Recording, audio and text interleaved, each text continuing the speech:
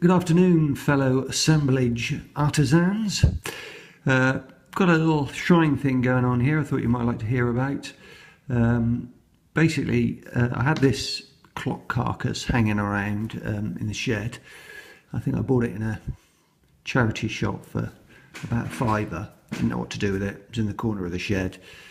And then while I was on holiday in Crete, I found a bee by the swimming pool, and it was just a beautiful black bee with these iridescent blue wings, and I thought that's just going to get blown into the pool and get sucked up into the pool pump. So I salvaged it, put it in a little box, brought it home, and thought, I know, I'll make a bee shrine, and this is what we got going on here. So it's the carcass, which is brown. I've sort of painted a layer of gold paint over it, and then gone over the top with this sort of verdigris colour that I got from the Games Workshop.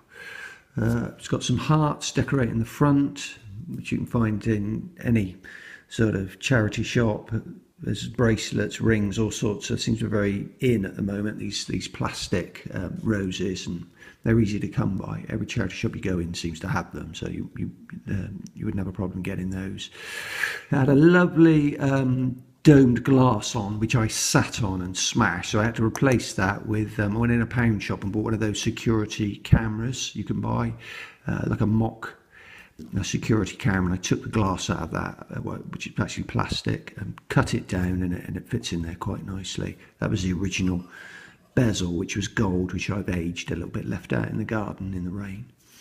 The legs were smaller than this, and I tried to age them with a blowtorch and melted one of them, so I had to buy some new ones on eBay, and they were a little bit high, and there was a gap behind them, so I put these sort of glass marbles in to bling it up a little bit and fill that void.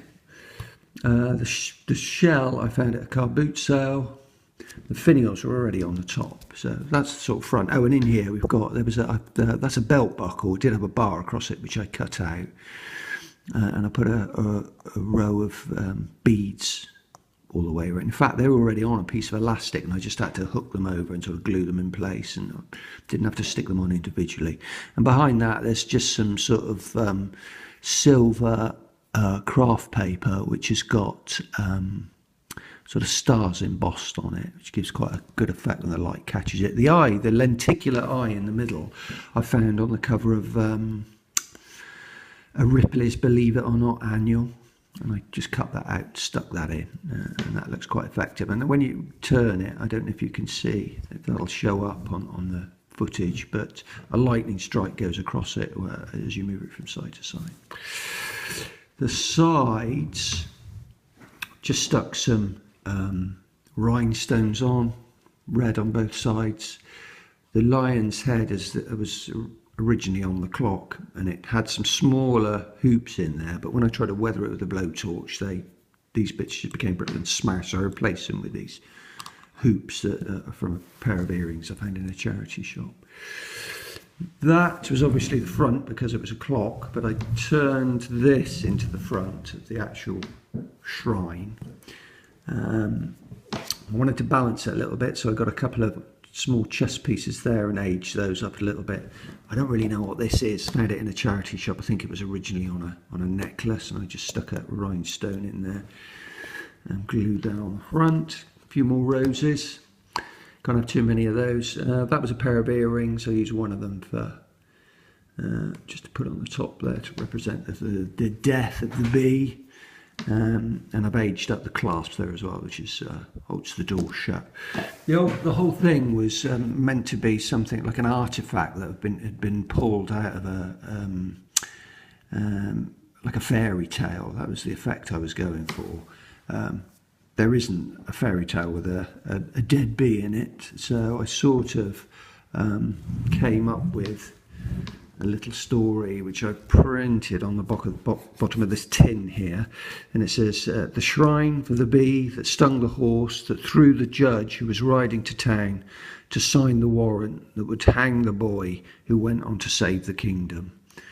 So this has been plucked from supposedly from a fairy tale of my own making. Okay, I think I need to push that back a little bit so you can see it. That's it. So inside is the actual bee. Let's have a look at that. I'm going to do the clasp like that, just pull that open, and there she is.